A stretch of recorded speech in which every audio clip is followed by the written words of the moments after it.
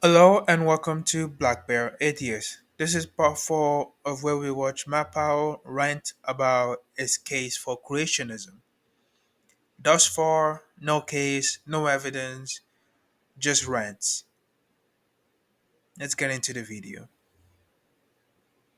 A well-preserved whale fossil has been discovered on a California mountain.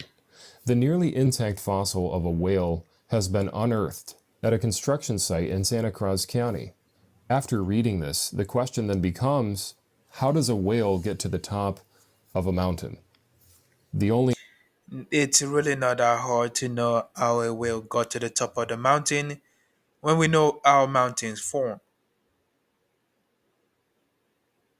The tectonic plates collide and they form mountains gradually. It's not just a sudden thing that just happened like that. It's a gradual thing. Mountains was once underwater. That's how the whale got there. explanation is that the whale was catastrophically buried in Noah's flood. You find sea life on every single mountain. That's why you find clams on mountains that are in the closed position, because we're talking about catastrophic processes that placed these organisms there. We also find Hold on. All most if not all, most sea life would have died through Noah's flood. It's a flood.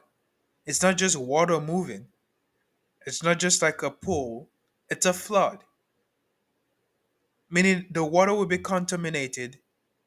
It will be eroding trees. Things will be moving, killing things like whales, and we see that evidence everywhere.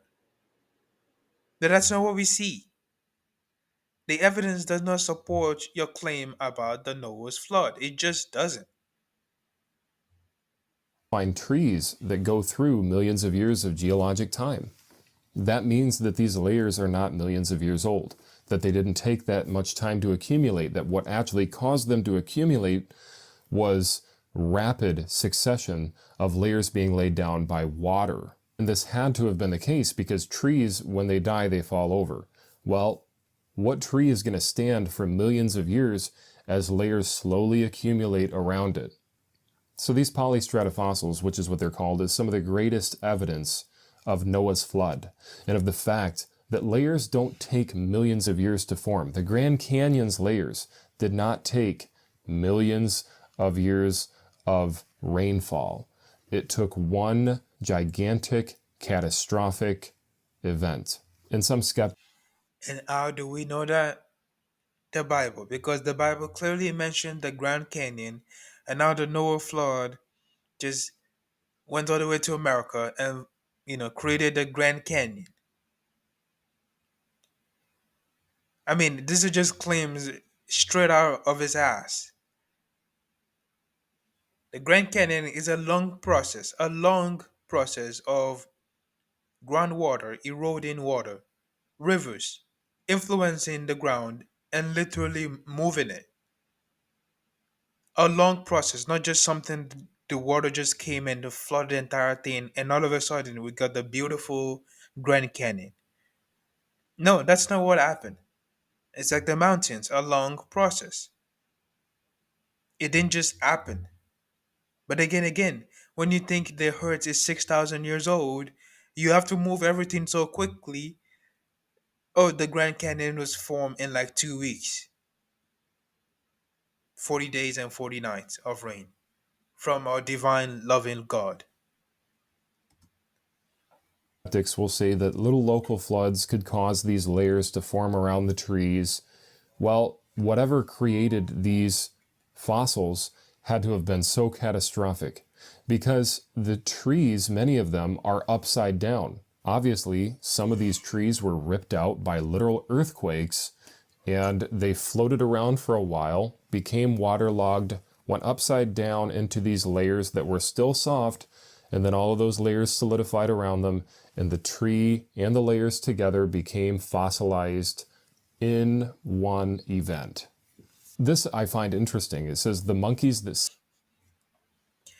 Again, none of this point towards a global flood. Maybe a local flood actually did happen, and that's how where they found the log and the tree and what it's describing. But there's an explanation for whatever it's describing. I thought it was still on the whale, but I guess we moved on to the tree that's upside down and fossilized. There's an explanation for any of this, just like there's an explanation for the things we found in dinosaur bones. Scientists still dated back 65 million years ago. There's an explanation for all of this, and the people that found this are scientists, and they don't think a global flood actually happened. The only scientists that would think a global flood happened are not taken seriously, because everybody knows, based on what the evidence shows, there was no such thing as a global flood, and we should see evidence of it. Bunch of different life forms, human bones like everywhere, dinosaur bones everywhere too, because obviously the dinosaurs were there. So stupid. We should see bunch of fossils everywhere, but we don't. Sailed across the Atlantic to South America. Monkeys suddenly appeared in South America about 40 million years ago. Unlikely though it may seem, they probably sailed there from Africa. Prehistoric monkeys traveled 900 miles between continents on rafts. The reason that atheists will promote this idea that monkeys surfed from Africa to South America Atheists? I did not even have any idea about this until I started watching your videos. It's an interesting idea, and basically, it's a and you see this in like a local thing, but you don't in a mass thing like from Atlantic to traveling through the Atlantic Ocean or something. I've never actually heard of this, but it could be an explanation for some things. A monkey? I don't know. Maybe it actually happened. This is just an explanation of how we find fossils of monkeys in the Americas. This could be one of the things that actually happened. You do see this though in nature. You see like animals crossing from one river to the other side through a log. You see log flowing in the river and you see something on it. That's just a movement of one animal to the other to another place by mistake or knowingly. is because they're trying to explain how monkey fossils got to South America. Well, number one, you find a fossil in South America. You can't just conclude that monkeys surfed over there. I mean, even if they were, they still You can conclude a 40 days and 40 nights flood moved monkeys and other animals because we could find other bones or fossil of animals that are not in South America. In South America, move them to South America. Not only that, we could find bunch of other evidence of dinosaur bones right beside human bones, right beside fish, proving that there was a global flood. We couldn't find any of those. That's not what we're finding. That's not what the evidence shows. The evidence does not support a global flood. got buried and killed. And this looks more to me like Noah's flood was actually the cause of these findings, because to get a fossil, you have to have rapid burial. And not only that, if you're finding monkey fossils in places where they're not supposed to be, the flood is what would shuffle up all of this biology and put it in all sorts of different places for us to find later. And so Noah's flood is what put these fossils there. It's not that the monkeys surfed across the ocean 34 million years ago. Because you would know the Bible clearly said so. It's that God allowed the earth to be flooded because of the wickedness of man. I don't think Matt understands what he's trying to prove. Even those fossils, the monkey fossils in South America, date back 35 to 40 million years ago. That is millions of years. And creationists are claiming, younger creationists are claiming the earth is about 6,000 years old. So even that disproves the entire claim.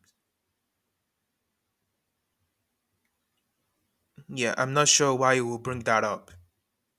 And God decided to start over with Noah and his family. And then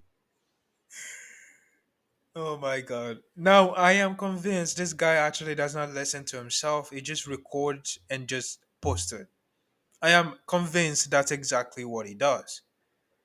There's no way that just came out of his mouth. In the case for creationism, God made man, let them populate their earth, and then kill all of them because of their sin. And again, we can't really know how much they're sinning, what exactly they were sinning, because God did let Hitler kill 6 million Jews, and other catastrophic things have happened in history.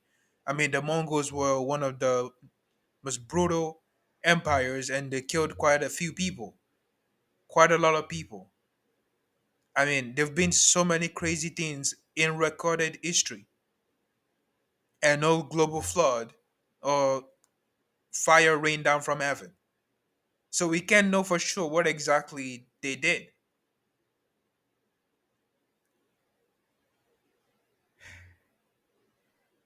That's the explanation that you're given for these things. I mean, listen to yourself. The explanation that you're given for finding fossil of monkeys in South America or finding whale fossils on mountains is that the global flood happened. It was made by God to wipe out man's sin from hurt and save only 8 people. And those 8 people were the one that built a boat for all the animals, all of them, just two of each, because that makes completely, it makes so much sense. It just makes sense. Stupid. That's totally fine. That's up to God. We shouldn't consider ourselves smarter than God or have an issue with God for wiping out the planet. What? We shouldn't have an issue with God for wiping us out after He created us. We shouldn't have an issue with God for giving us a brain good enough to understand that He's about to wipe us all out and then wipe us all out. Because what's the entire point? What's the point? We shouldn't complain even though He gave us a brain literally to reason. Now I'm going with the hypothetical of this entire thing, right? That God does exist and He gave us this brain to reason. So shouldn't we reason and actually look at the best possible conclusion, best possible way, and see if the evidence actually lead to God, if the evidence lead to the fairy tales in the Bible? Shouldn't we use the brain God gave us? But no, even Christians will say no to this. Interesting question. Faith is all you need, apparently. Don't use the brain God apparently gave you. All you need is faith. We shouldn't question God when He gave us a brain to question with a nice curiosity. It doesn't make sense. If God created a man and then wiped them all out, it's not even about questioning God. It's about showing that it doesn't make any damn sense why you will create them. The only possible conclusion you could draw from this is that God enjoyed wiping them out. He loved doing that. He enjoyed it. Because why would you create all of them just to know in the future, because there's no alternate future, in the future you're gonna have to wipe them out. Meaning you made a choice to go through that route. An immoral monster. He did it once. He could do it again if he wanted to, via fire. And the Bible even tells us that he will. I mean, it already did with Sodom and Gomorrah. I mean, via fire, we all going to hell, including you, because you are a lying bozo. So, because you lied, you're also going to hell, Matt. If you ever find this video, just know that. And to most Christians, you also are going to hell. The Bible says the elements will melt with a fervent heat. God does have wrath towards people who hate him. You shouldn't hate your creator. You should What the fuck? What the fuck? God as rats toward people who ate him. You shouldn't hate your creator. Who are you to tell me what to do? One, there's no evidence that God is a creator of anything. There's no evidence that God exists. There's no evidence that God exists. So why would I even go ahead and conclude that there's a creator to begin with? And also God as a rat to, people who ate him. I thought he was a God of love. Why would he have wrath against people who dislike him or don't like him or don't like his idea or like the fact that he just wiped everyone out with a global flood saving 8 people or don't like the fact that he rained fire on cities, other people to literally commit genocides, which are reasonable things to bring up and say, hey, I don't like your ass because you're an immoral monster. But no, you should not. You should not hate your creator, people. You should not hate your invisible sky daddy. You should love him. Should love your creator. They claim that dinosaurs Like Matt said, you should love your creator. A loving God deserves people to be loving him for eternity. But if you don't love him, just understand that he's gonna wipe you out with a global flood. He's gonna order people to kill you and like send rain of fire.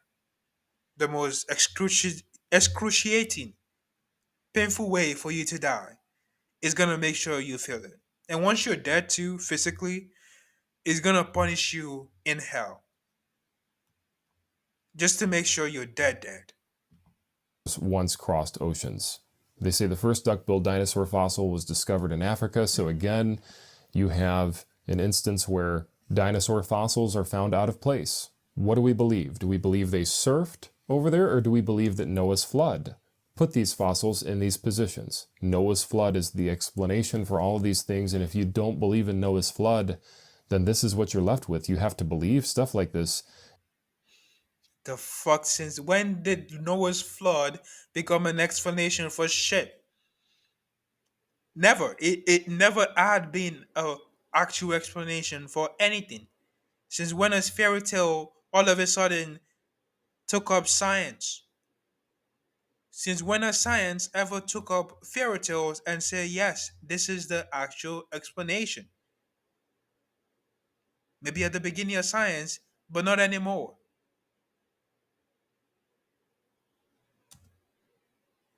And I want to encourage you to be rational and logical and not Encourage me to be rational and logical? Matt, these words that are coming out of your mouth are quite shocking. Rational and logical? Okay. believe things that are based in lies. And some biological organisms are so unique from others that even Darwinists will claim that they could not have evolved by Darwinian means. Like what? And so squids and octopi are some of those creatures that many claim could not have evolved, so they have to explain how they got here. And in this paper here, in Progress in Biophysics and Molecular Biology, it states this, that it's plausible then to suggest that they seem to be borrowed from a far distant future, quote unquote, in terms of terrestrial evolution, or more realistically from the cosmos. It's interesting the article that Matt always find or the off cuff shit that like most scientists actually don't agree on. This is just a speculation. I try to search it up and look for exactly what he's saying through this. This is a speculation of life coming outside of the cosmos, like in the outer space in a sense, which is interesting, but there's not actually empirical evidence to back this. Most scientists actually believe that the sudden trait in octopus in the evolution is natural and came through just natural means like any other. So there's no evidence for what this person is saying. It's just a speculation. But obviously, that's the only shit Matt can find on the fucking internet. Not the majority of scientists agreeing that octopus are just part of the evolutionary process. Most at large.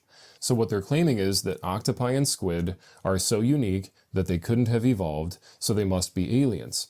And the theory is that So octopus evolved just like any other animals, just like any other organism on the planet. It's not special or it's not taken from outer space.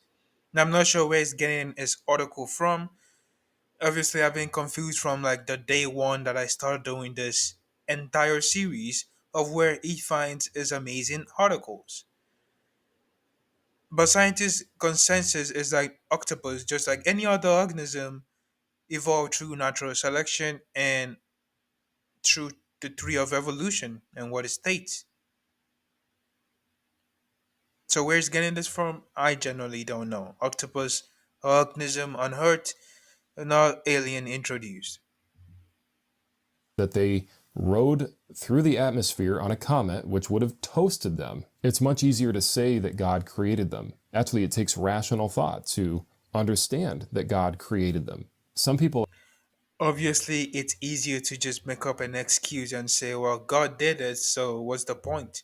God did this, so why even try to answer the question or how they got here? Octopus is not some special species, it evolved.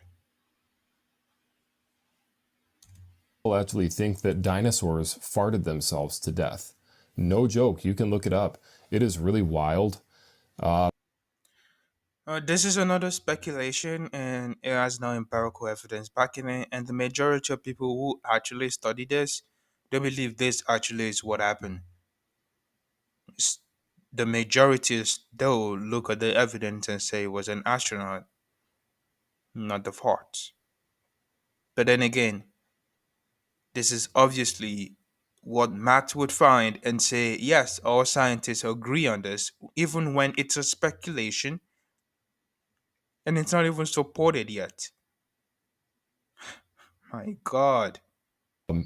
I actually called some people out on that who were saying that to others. There was a group of people, I think it was RT, they said that this somehow proves that the Creation Museum is ridiculous and creation science is false.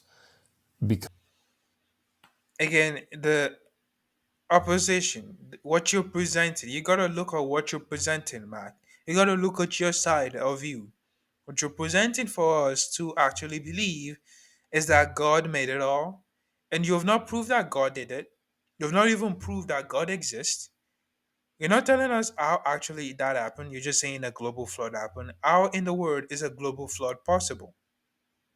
But I guess if God does exist, he could do basically any shit. So if God did it, where the evidence pointing toward a global flood? So you haven't shown evidence pointing toward a global flood because everything you've mentioned are just shit. You haven't proved that God even exists. You're just basing this all on claims. And claims does not prove shit. The evidence points to that an astronaut came on Earth and wiped out most of the dinosaurs, up to 75%. I mean, there's some dinosaur species that still exist today, or relatives rather. We have even chicken and birds are like relatives of dinosaurs.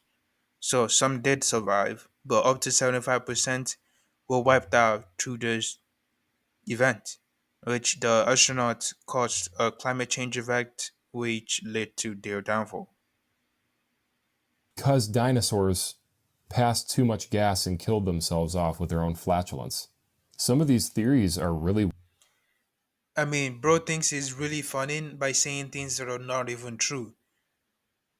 An astronaut came in and wiped them out. Most of them. There's still like some relatives from them, like chickens or dinosaurs, like relatives. So isn't that's one of the interesting thing about evolution? It's amazing. Anyways, that this is part four of my Powell on the rant, presenting evidence for creationism. Thus far, we're halfway through. and is present shitty ass evidence, if you can even call it that. I guess this is what you call no evidence, little evidence that's so shitty that you can consider no evidence.